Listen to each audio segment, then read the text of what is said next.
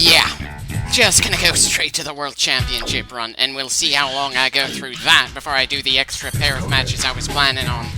Again, it's certainly a classic game that set the standard that other wrestling games grew from.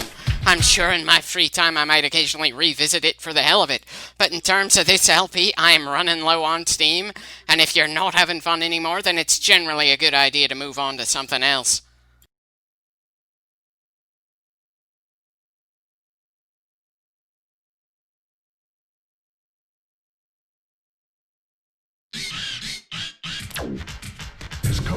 Yeah, someone in the light heavyweight division is going up against someone in the world heavyweight one. Weights don't really mean all that much in pro wrestling, I'm afraid. In more competitive sports, though, just being 40 pounds heavier than your opponent can be quite the advantage. And some of the weight mismatches you see in pro wrestling are so obscene you just have to turn your brain off to imagine it'd be competitive. Now, I'm not saying that a smaller guy is doomed when going up against a larger one, but I don't think that Taka is going to beat Stone Cold Steve Austin in terms of stamina or anything like that. And I don't think a skill difference between them would be enough to make up for the fact that Taka's billed at 201 pounds and Stone Cold is billed at 252.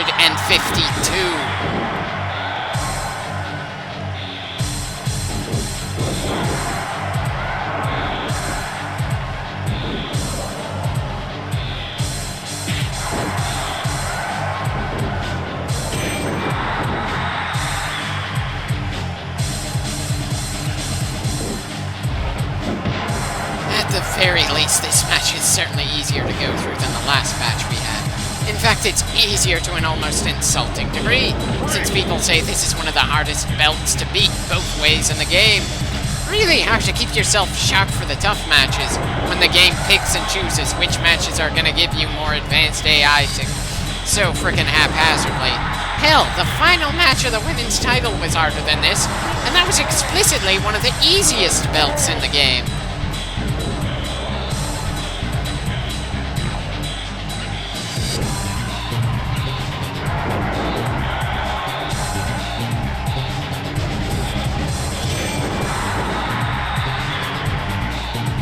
That is a very fast stand after getting kneed in the crotch. I know I keep saying it, and there's no way that the bitch and I have about how you can tell how much damage a given person has gone through is going to affect anything at all this long after the game was made. But it's still something that feels worth saying, especially when it looks like I have around 3 or 4 more clips worth of raw footage left to do in this game before I get back to doing other projects.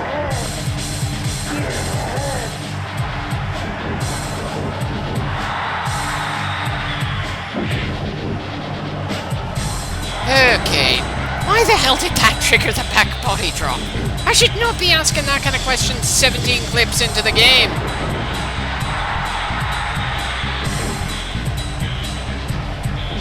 And I just had enough time to get a second stunner in there. This match certainly ended in a hurry. Guess it's time to learn what entry number we are in the Rumble then.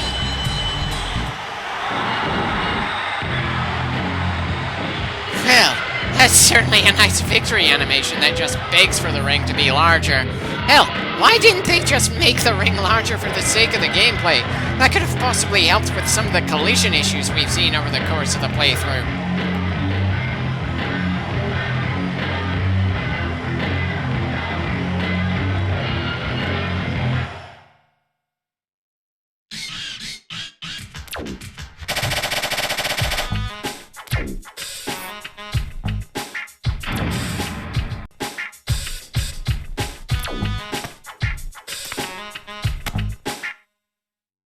So we're just jumping straight into the Rumble itself then. No matches to help determine what number you're gonna get, like I remember the SmackDown vs. Raw games doing. I guess that kind of storytelling is just too complicated for this game.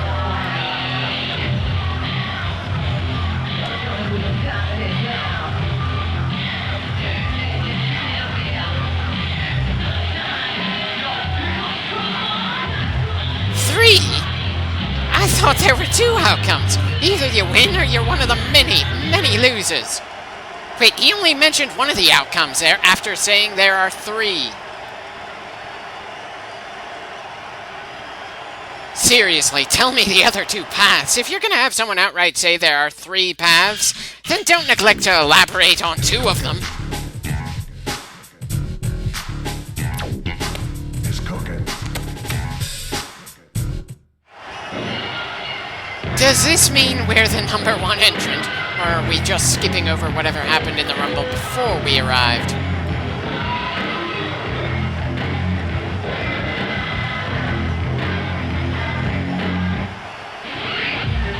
Okay, seems we've got D'Lo Brown out here as well.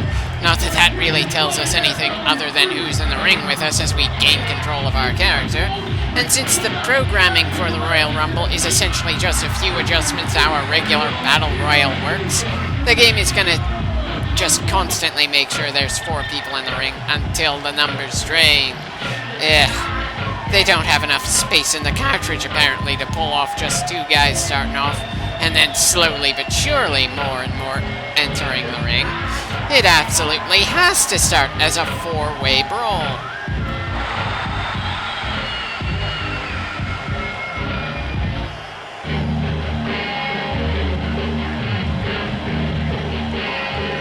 Well, none of the other 3 starting this off are especially big stars here.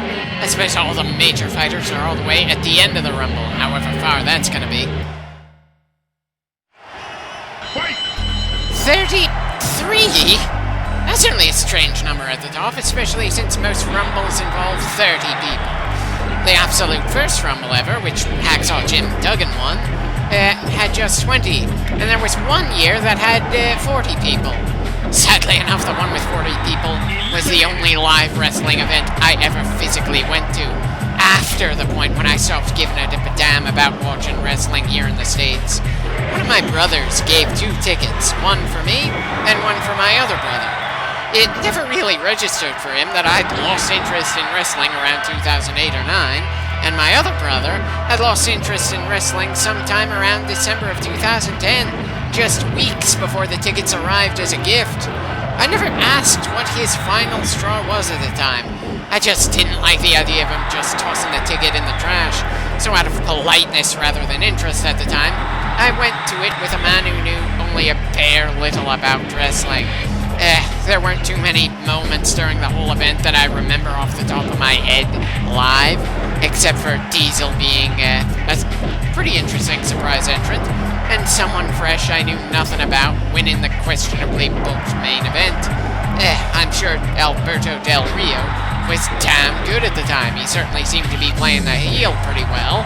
If anything, I spent most of the pay-per-view trying to explain to my father and just what was going on at various points, and had some fun with him, rather than caring what was actually happening around us. Though I can't help wondering if I'd have paid more attention to what was going on instead of just explaining what it was, if I'd have gone to the show in an earlier year when I was still actually interested in wrestling. It's just one of those impossible to know things. Anyway, one of the main rules in a Royal Rumble is that to be eliminated, someone has to go over the top rope and both feet have to touch the floor. Given the programming in this game, I'm rather sure that all you need to do is send someone outside of the ring, no need to be over the top.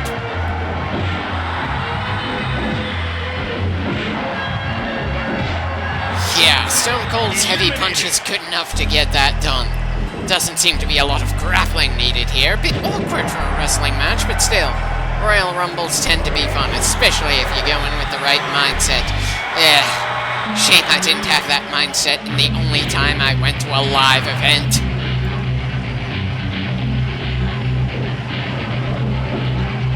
And great, apparently Christian was treated like a bigger star in TNA than he was in the WWE. Or at least that seems to be the consensus on the internet as far as I can see. Maybe I'm just not looking in the right places. I wonder why that was the case. Especially since his partner Edge certainly skyrocketed up the card. Sure, Edge was never the guy, but he was certainly putting some damn high-profile matches.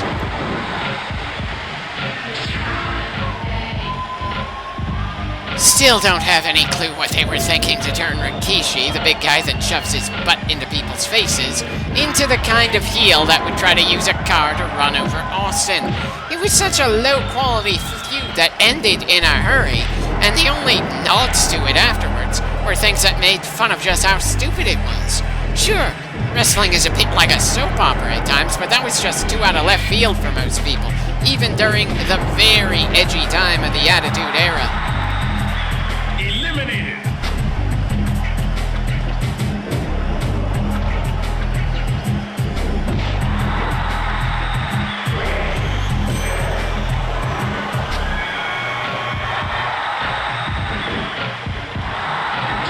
Wish I had something clever to say that two members of the same stable were back-to-back in the entry numbers. But regardless of if that happens every time in this belt line or not, it's probably not something that comes up in the story. Eliminated.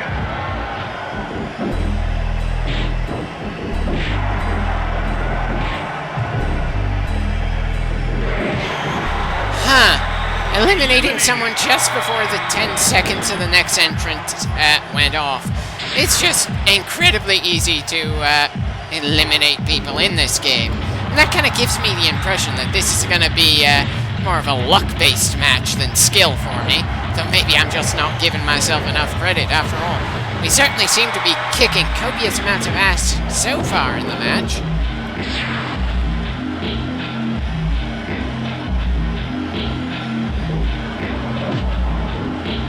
Kind of surprised we haven't faced Viscera before now in this game.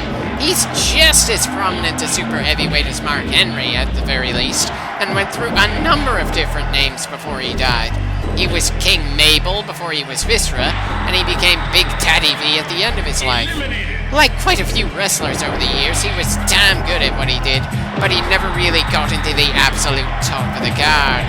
He would just hover around the mid-card, not really finding anything that would let him break out either the eyes of the fans or the company as a major star.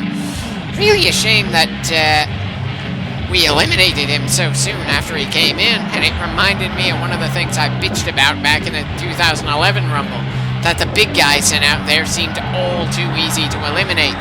And all the other Rumbles I can remember, when someone massive shows up, it takes quite a bit of effort for the rest of the roster to eliminate them, assuming they aren't in the Final Four with some top star like Hogan.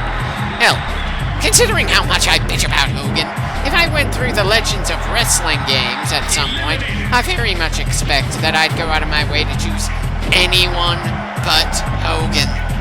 And now I'm trying to remember if Andre the Giant was in the first game of that two-game series. I should probably keep focused on the game we're still on right now than things that I'm considering doing in the future. We aren't even halfway through the entrance in this match after all.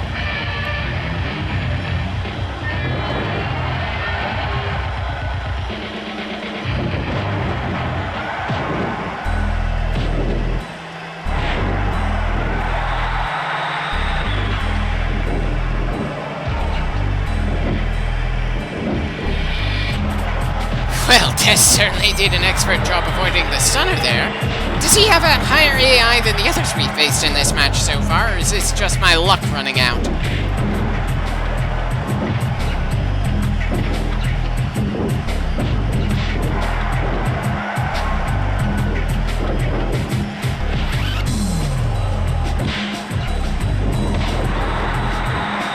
Yeah. Doing a dodge roll to avoid a boot to the face. He is most definitely a step up from the scrubs we've eliminated in this match. And apparently the match completely ends when the player is done here. Wish I could find it in me to call bullshit on an opponent upping the difficulty like that in the middle of a larger scale match. But again, I'm already fatigued enough that I am just pushing forward and looking forward to the end of this damn LP. Sorry about that. Benoit and Angle didn't even show up in the part of the Rumble we went through. If this game actually cared about story, then we'd be going after Test since he's the one who eliminated us. And of course Taka wouldn't have shown up at all into the Rumble since we beat him in the qualifying match. But apparently they didn't think to program that kind of continuity in the stories of this game. One of the reasons I haven't been all that interested in pushing myself to finish the belt lines. I've got a hell of a lot of games on my to-do list, many with better storytelling than this, and a decent number of those are fighting games of one kind or another.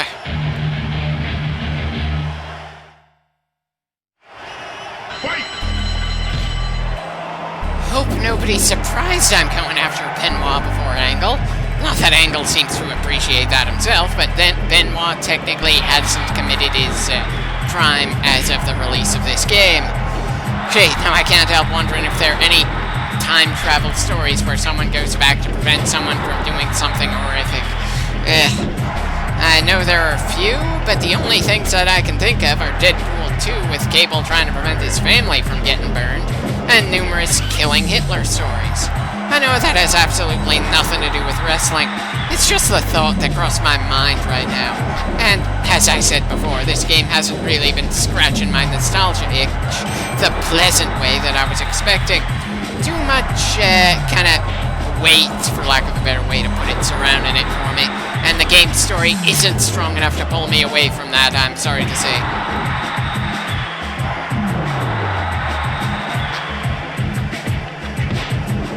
So he countered the knees to the face in the second knee, but not the first. If it was countered somehow, then why didn't he stop it right from the first strike? That would have looked more smooth.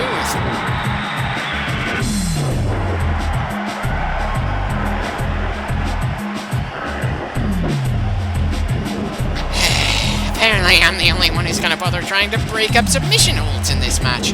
Hell, why are they swinging at the air when they should damn well know how to stomp down to interrupt a hold? If even I'm able to figure that out, it shouldn't be all that difficult to pull off.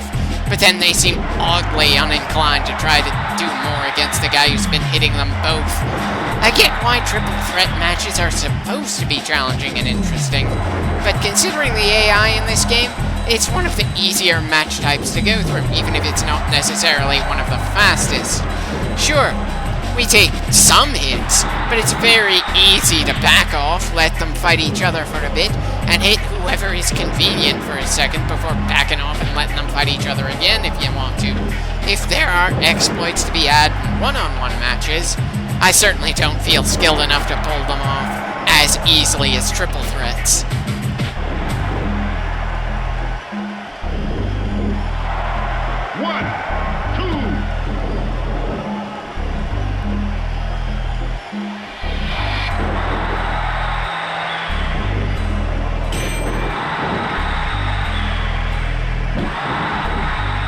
Well, they certainly had a chance to double team me for a bit, but that didn't last long at all before they were back to going after one another.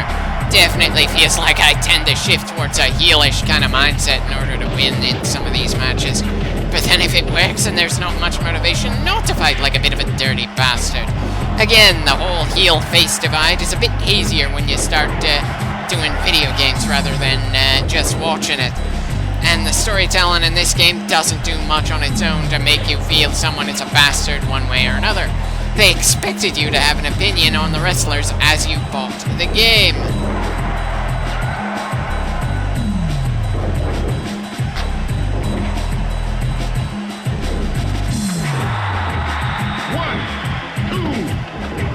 Well, I have the distinct feeling the end is near now.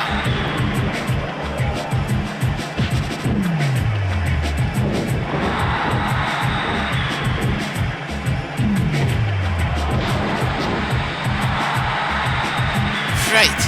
Guess I'm not getting a stunner for each of them then. And good God, they are just going to keep trying to pin each other after we wear them down enough to legitimately pin one of them. And not paying attention to the fact that Austin is there to stop the pin. Which is just an annoying way to stall things out even more.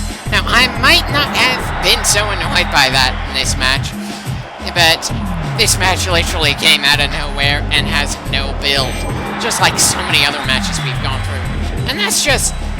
ugh. It is just exhausting this many clips in. Give me a reason to feel invested in the individual fights, please.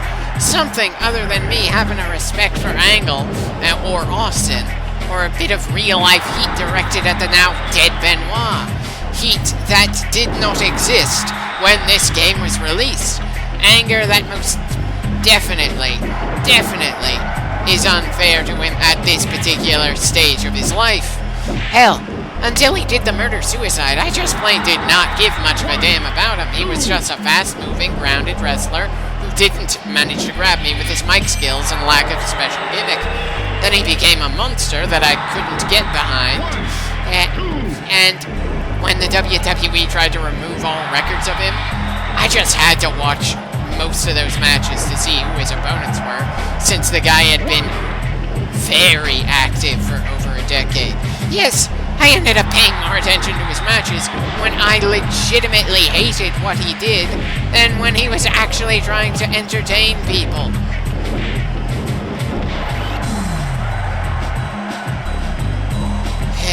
At least there's no rope breaks. And that should do it for the clip. Really wish I could feel something for the win, but again, that's one of the many reasons I'm getting ready to end this LP and get back to other projects.